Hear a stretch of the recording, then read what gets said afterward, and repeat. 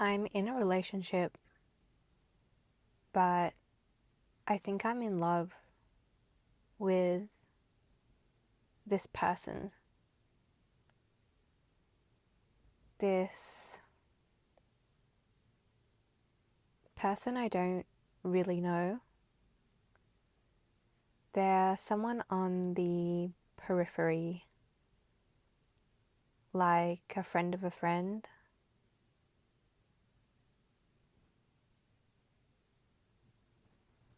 You see, I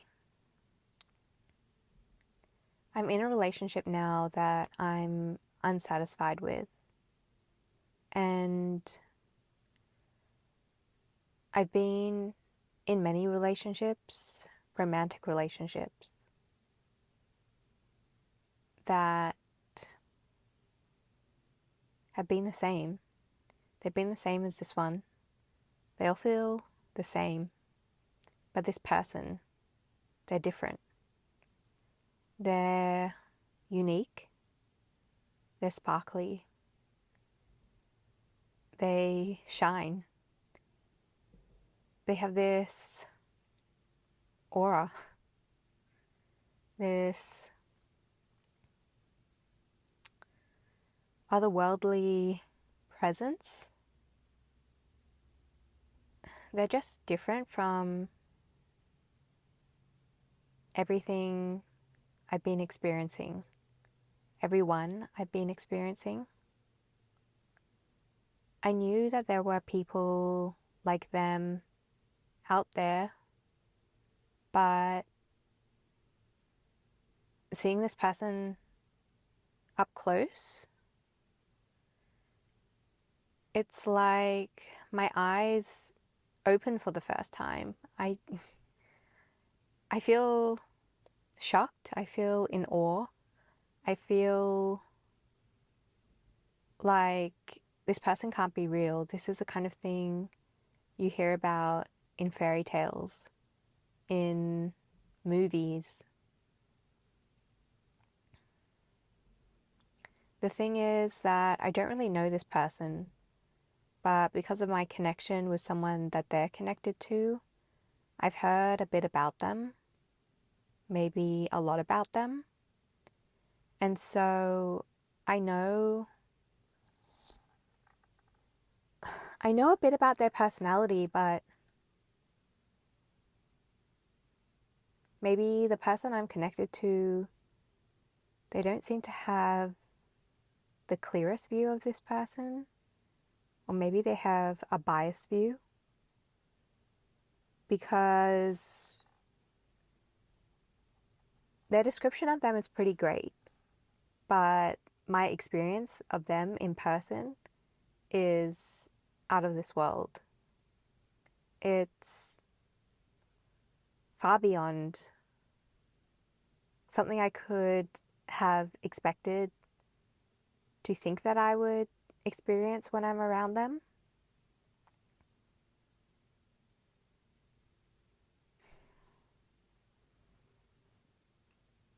I want them. I want a life with them.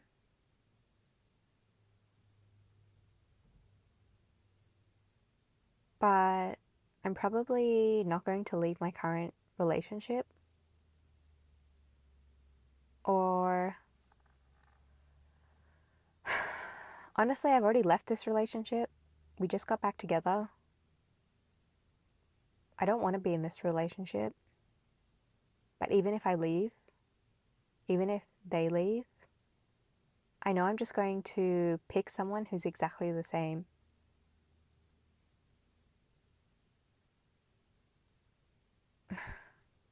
I feel like a loser. I feel like I'm letting myself down. I feel sad now, like I'm going to cry.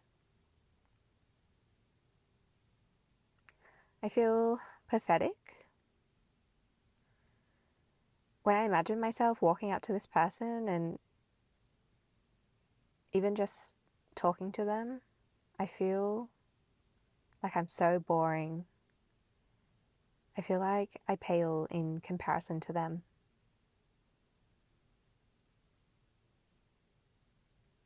I feel that they're on a pedestal, but I don't think it's that I'm pedestaling them. It's that I think they're genuinely on a pedestal. Because it's not just me who reacts to this person like this. I can see the reactions of everyone around me. They're also awestruck. And they are beautiful, they are well spoken, they are well dressed, they are impressive in a general sense, in a conventional sense, but it's not that. It's their energy, their aura, their vibrancy.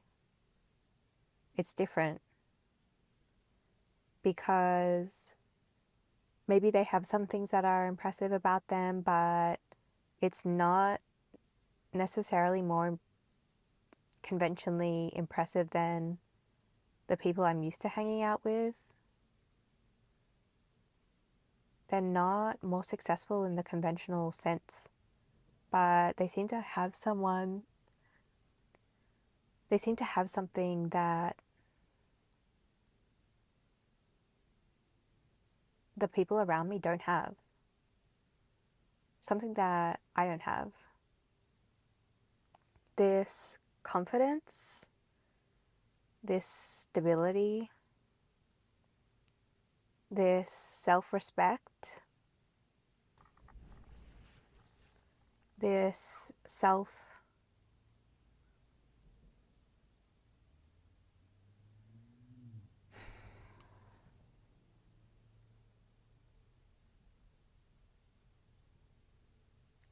they are satisfied with themselves. They're not seeking, they're not desperate,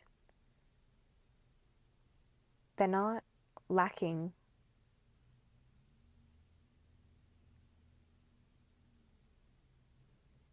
And so when I stand next to them, I cower. I feel like a coward because it makes me think, what am I doing with my life? I thought all these things were impressive. I thought they were impressive. People are usually impressed with me, but this person, they're not rude, they're not mean, they don't ignore me, but they just don't care. They just don't care about these social accolades. They don't care about my job, my salary, my clothes, my friends, my possessions.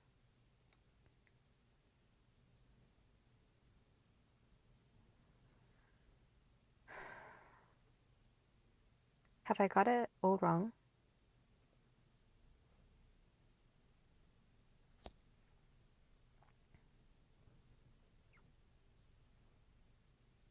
I imagine my life with them, and we're exploring, we're adventuring, I'm trying new things, I'm expanding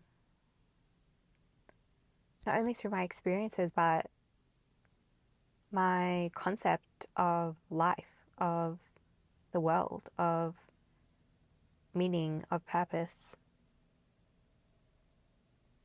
And then when I step out of my daydream and I look around me, I look at my friend group, they're all so boring.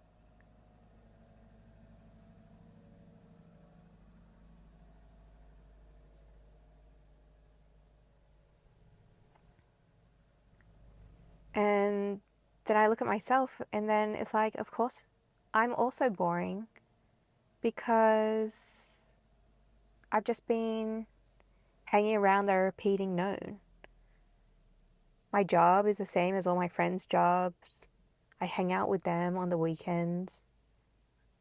The people I date are from a similar pool of people, or even if they're foreign,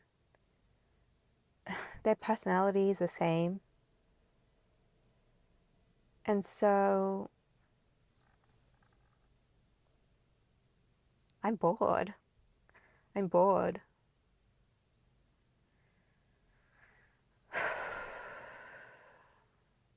But this puts me in an existential crisis because how do I get out of this? I have never stepped out of this. I don't even know how to step out of this. Do I stop being friends with them? Do I quit my job? Do I change my wardrobe? What do I even do? Where do I start? Do I start with breaking up with my partner and then going after this person? This person will never date me. It's not even about dating this person, whether I get to date them or not, but it's about being a person that a person like them, a person like that could be interested in. Because I know that if we dated, if by some chance that they would take me on as a partner, they would end up caretaking me. They would end up having to show me everything. I feel like a child and they're the parent. It wouldn't be balanced. It wouldn't be.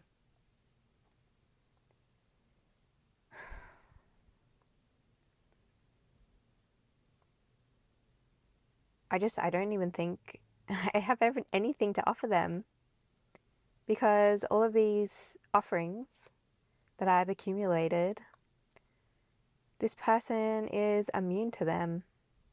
They don't care about those things. These things that I have, my wealth, my status, my job.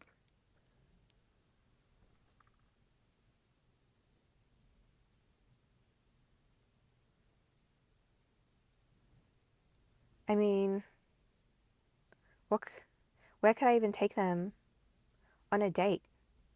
It's more about the fact that I'm coming to terms with that I don't have a sense of self, even my small individual self. I don't even know what that is.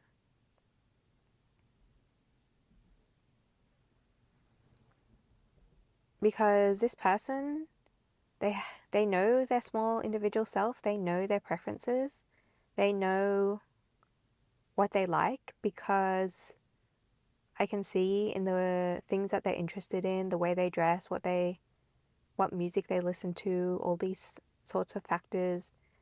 They're alternative or they don't necessarily follow the mainstream, but they're not averse to the mainstream, but it's just that they follow what they like. But they even have something beyond that. Their identity is beyond that. Their identity is universe, nature. But before I can even get to that, I don't even know my own preferences. I don't even know my own likes. Even just my small individual bounded body self, I don't even have a clear concept of that. I think I just funneled in stuff from my friend group, stuff from social media, stuff from,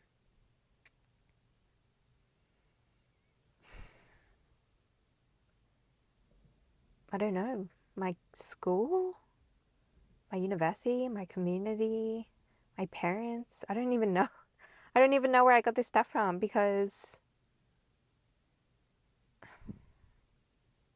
I don't know. I wasn't even particularly interested in all that stuff. I guess I'm looking back now and I was just sort of there. And so I guess I just soaked it in like a sponge who happened to be in the atmosphere of all these places, these groups. Can you even call them groups? Because there's nothing distinct about them. There's no distinguisher that I can even call out? Is it just my town, the area that I grew up in, and the area that I live in? Is it just the mentality of my workplace? I can't even pinpoint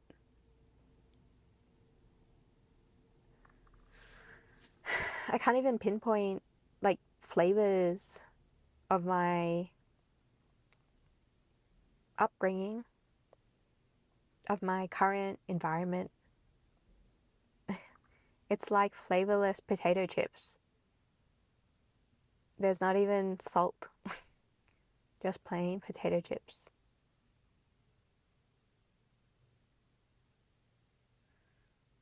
Yeah, I feel bland. Like I just passively let everyone and everything around me influence me without any say. I just accepted it, but not in a surrendering sort of way, but in a passive way, in a sleeping kind of way, because I didn't even realize I was doing it. I didn't even realize that I was not doing more. I wasn't doing anything interesting. I didn't realize that I wasn't being interested in anything.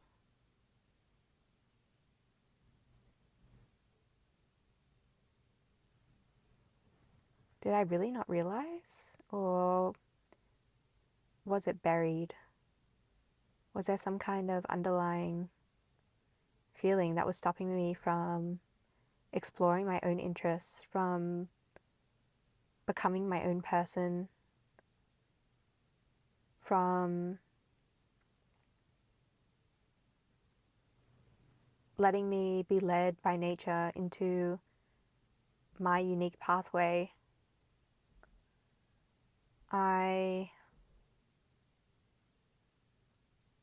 It's like I blocked it off, blocked it out.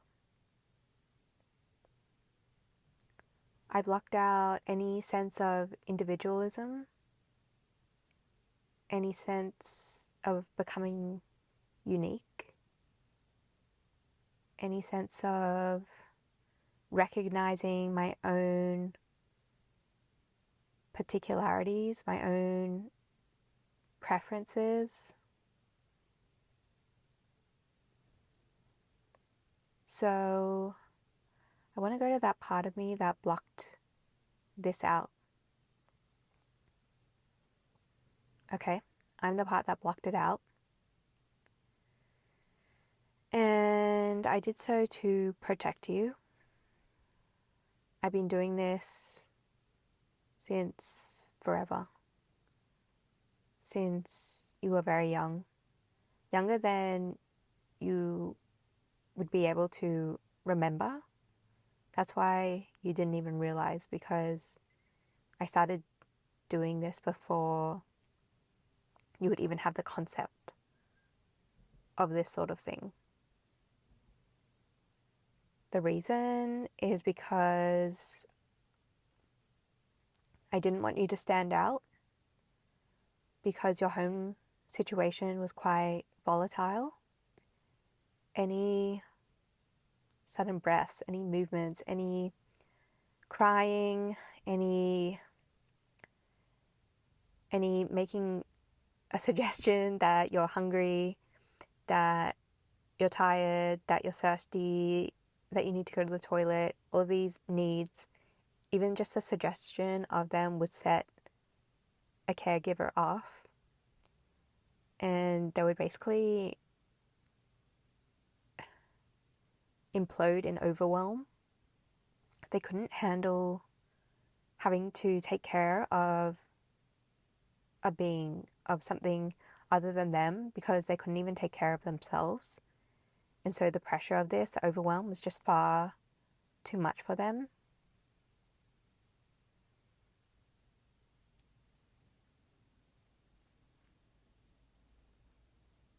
And so the safe thing was just to cut it all out, to make you as bland and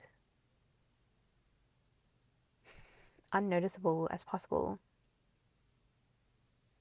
I did it to make you unnoticeable. I didn't want anyone to notice you. And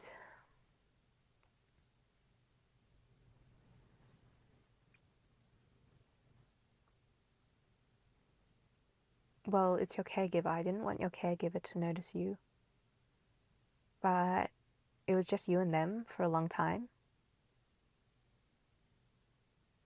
or for the majority of the time.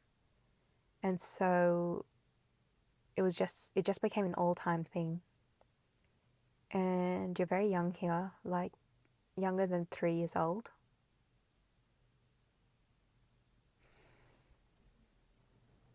Okay. So what would you need in order to let yourself go? Well, I need to recognize that you're an adult now and that you actually look after your own needs and that you don't need to be unnoticeable because you having needs isn't going to set anyone else off. There's just you.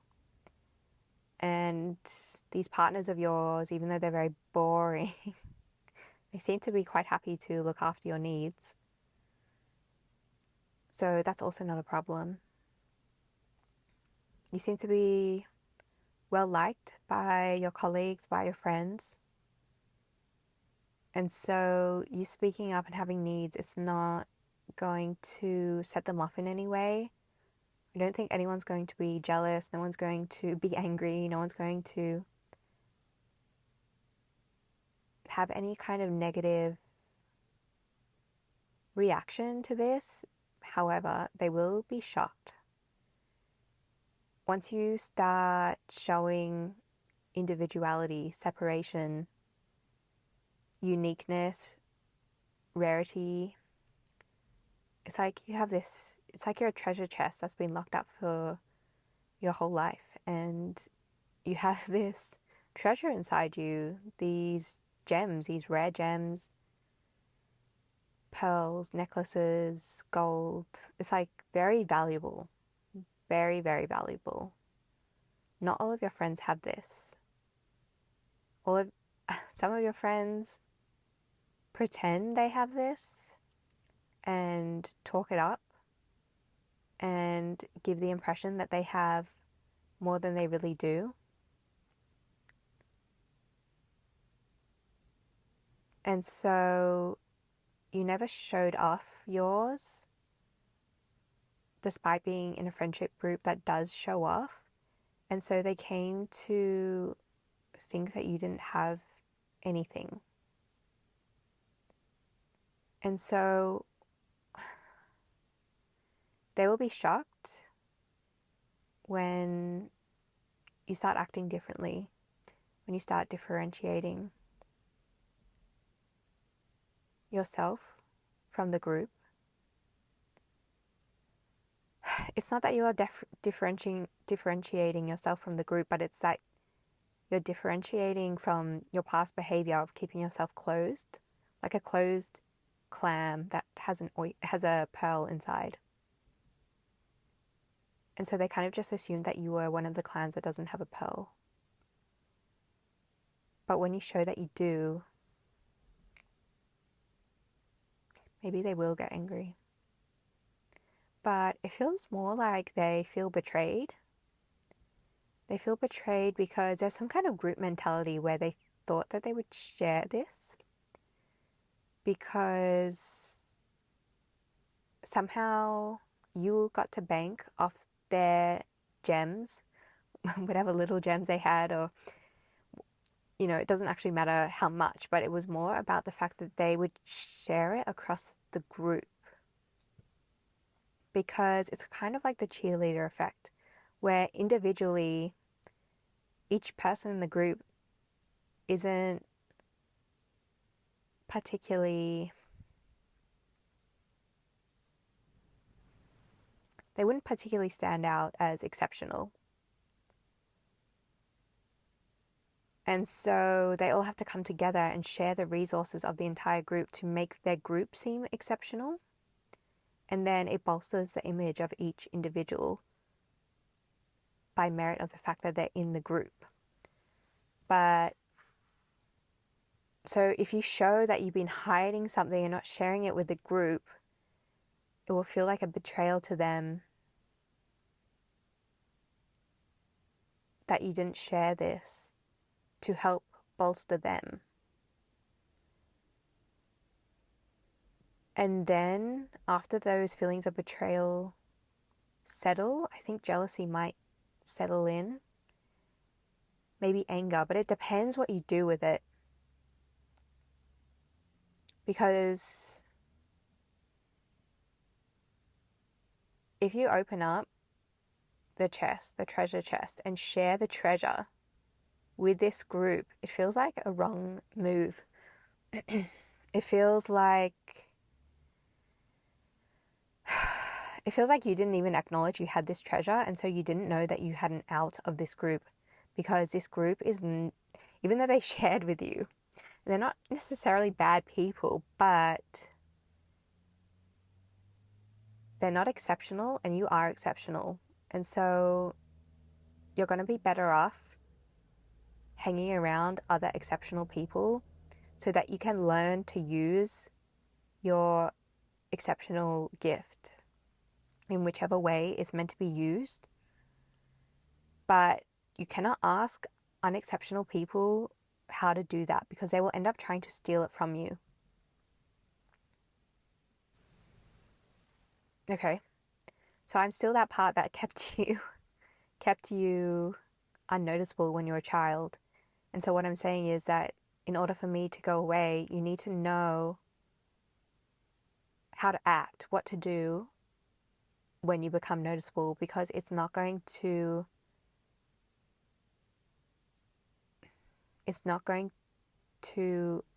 help you to hang around the same group, to stay at the same level. Once you realize that you have this special skill or this special talent or this whatever it is. Okay. So let's say thank you to that part, and let's have that part dissolve. So now that you're noticeable, now you are noticeable, but you're noticing your own treasure, your own talents, your own gifts, your own uniqueness. And in the process of recognizing that, of uncovering that, of finding that within yourself, now you have this confidence about yourself that you can start leaning into your own preferences, into your own likes. Because before, oh, I'm saying you, I'll say okay, I uncover the treasure within me. I uncover these special talents, skills. And during this discovery phase, because it's going to take some time to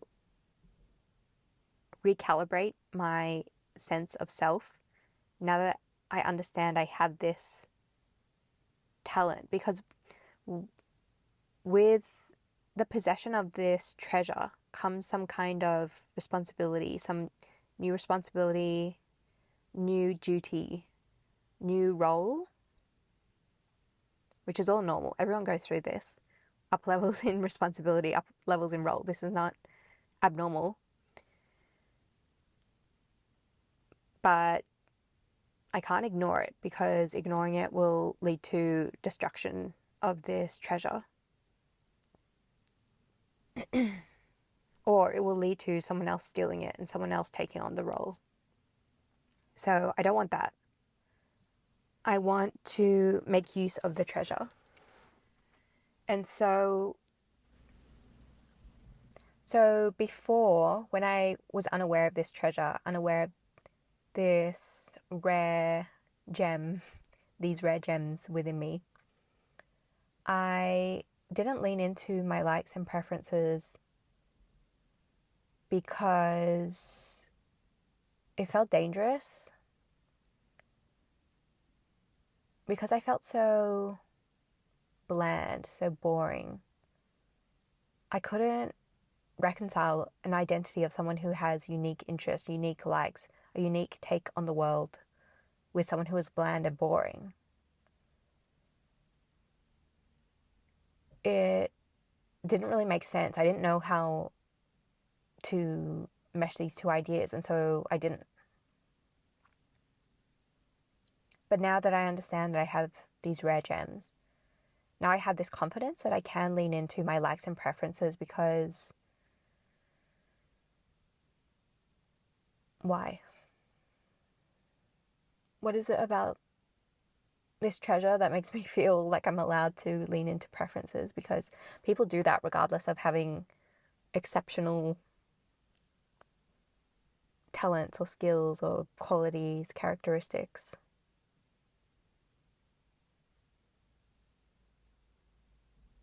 abilities.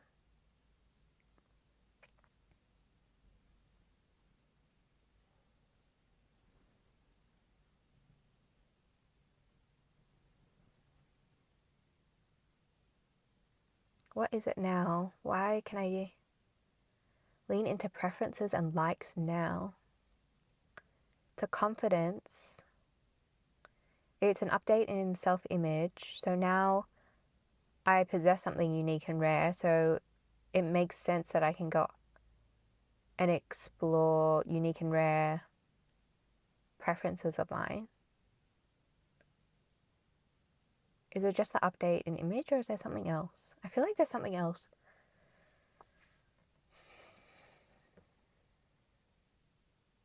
Is it that it will put me in some kind of spotlight? Because before, being bland, being boring was for the purpose of being unnoticeable.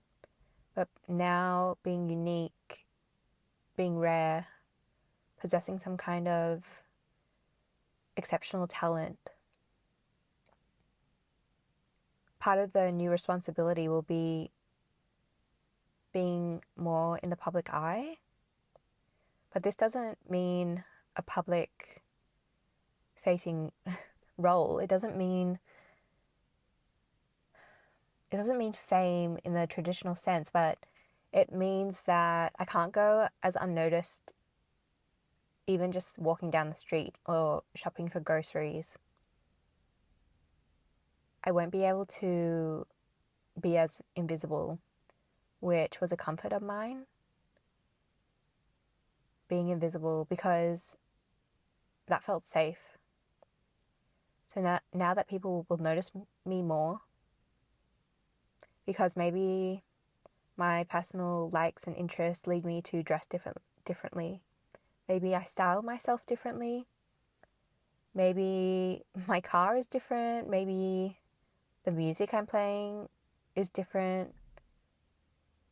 The places I frequent will be different. There are signals, symbols, signifiers of my uniqueness. And so people will notice. People will notice me more. But it feels more okay because it feels like now I'm not a bland and boring person. I've got this skill, or I've got this talent, I've got this treasure that helps me be more confident, like I have some kind of evidence that ratifies my uniqueness, my standoutedness. It's like I have the goods to back up the reason why I'm standing out so much. But that still feels like an insecurity, because why can't I just stand out? Why can't I just stand out? Why can't I just be noticeable just because of me? Why do I have to feel like I need to use this treasure, this skill, this talent to be evidence of like why I'm allowed to stand out? I don't know, maybe it's something like, maybe some childish thought that if only I was talented or skilled, then maybe my caregiver would feel more comfortable in giving me the care I needed. Or maybe they'd be able to sacrifice more for me. If only they could see something good in me.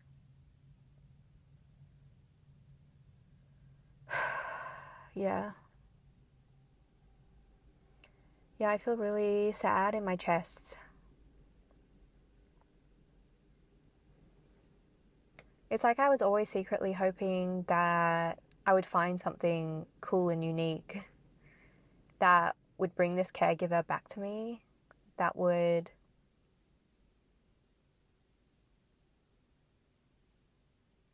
make them feel justified in spending time with me.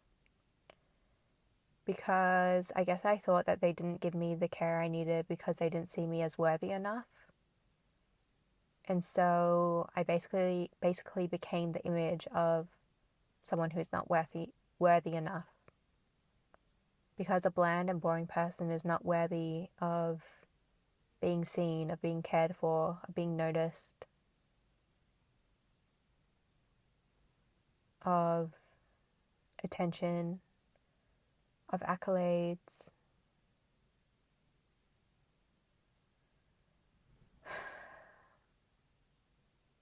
Of praise. But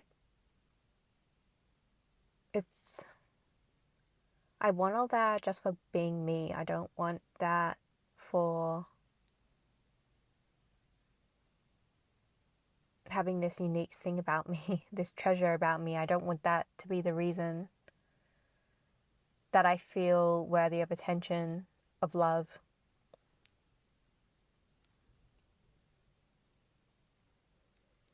And I guess when I saw this shiny, different, unique, rare person,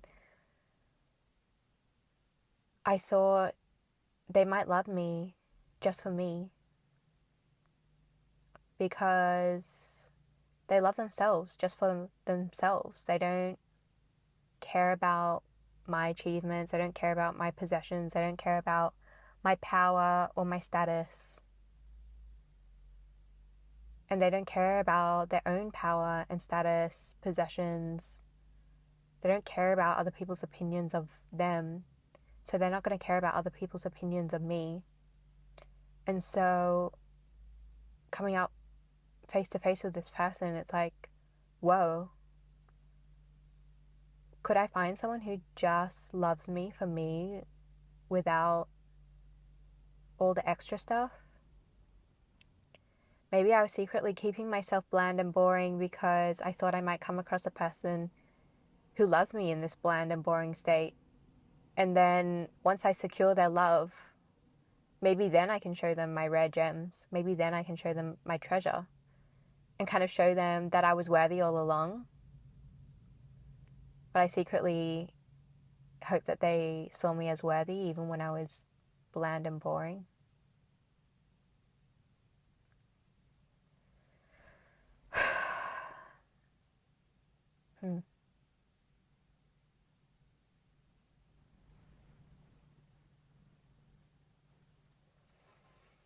So, what now?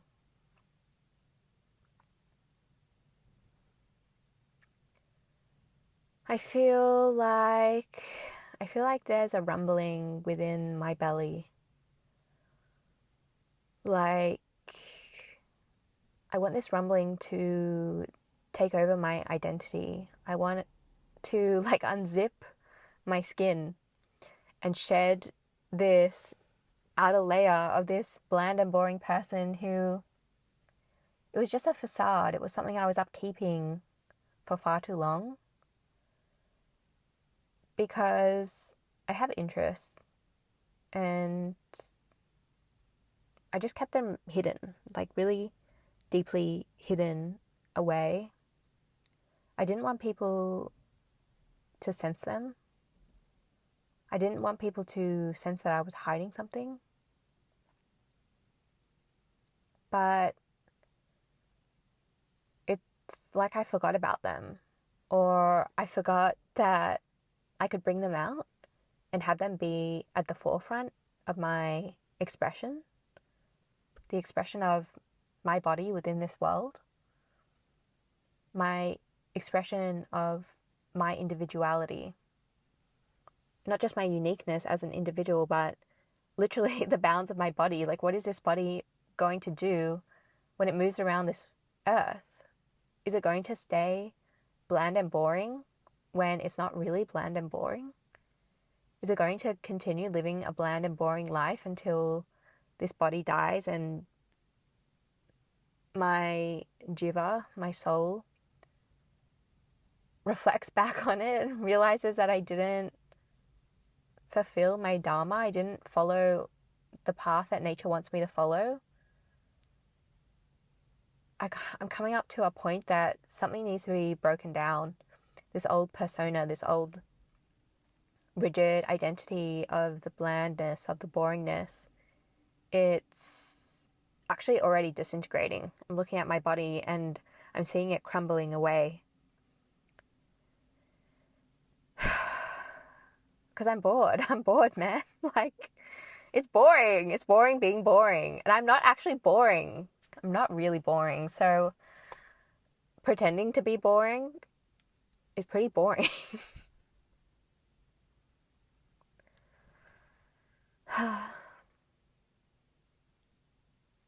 The universe, the relative world universe, the part of universe that's relative, that has boundaries, that's full of mass, this gross mass stuff, all this variety, all this uniqueness, all this individuality actually exists because universe, before it bifurcated, when it was just one thing, it was boring. It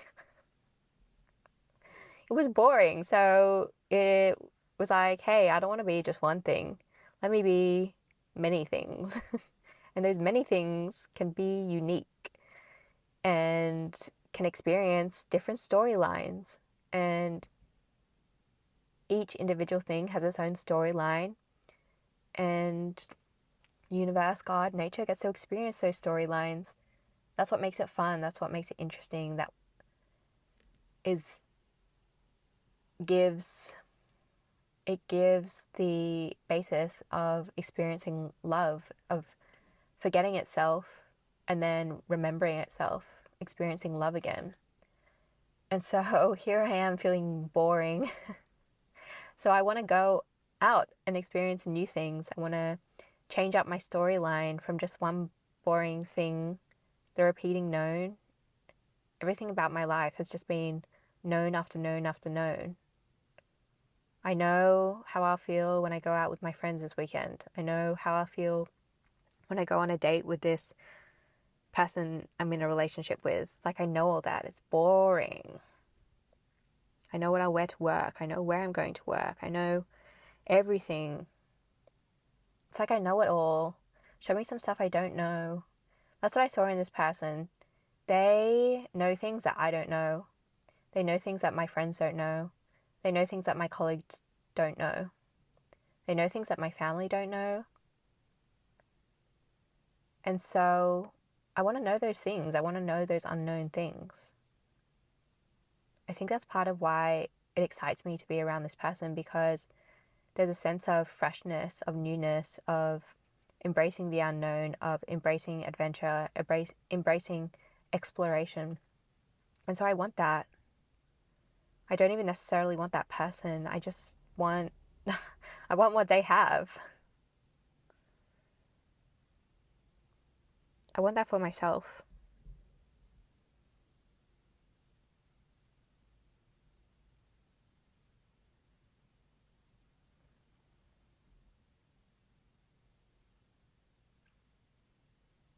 And I have that for myself. I have that within me. I know I do.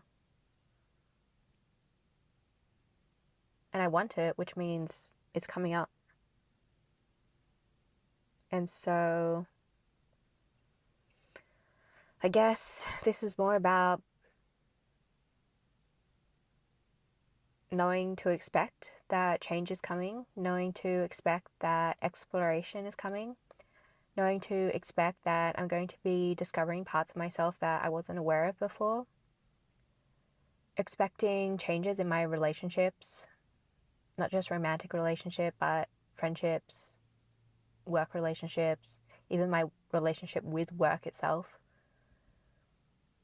And I don't have to wait for change to come. I can preempt that change.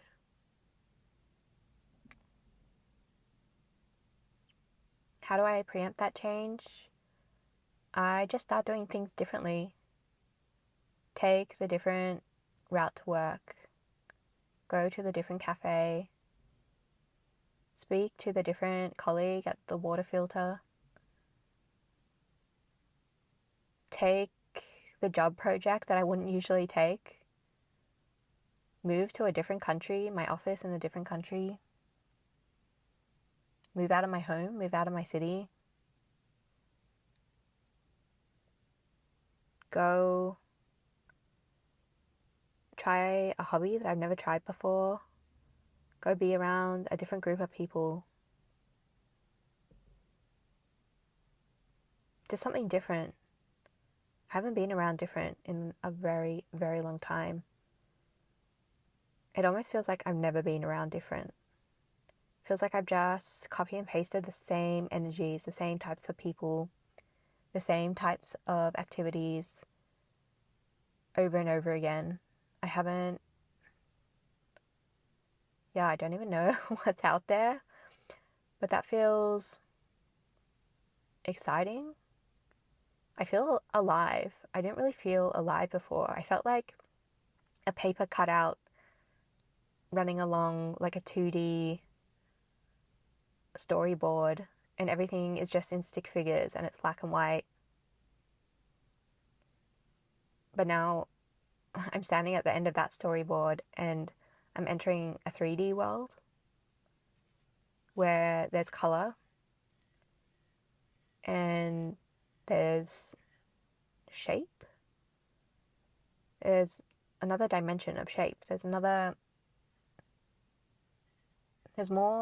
dimensions to everything, to all my senses and to all my thoughts, to all the possibilities that exist. It feels like an awakening.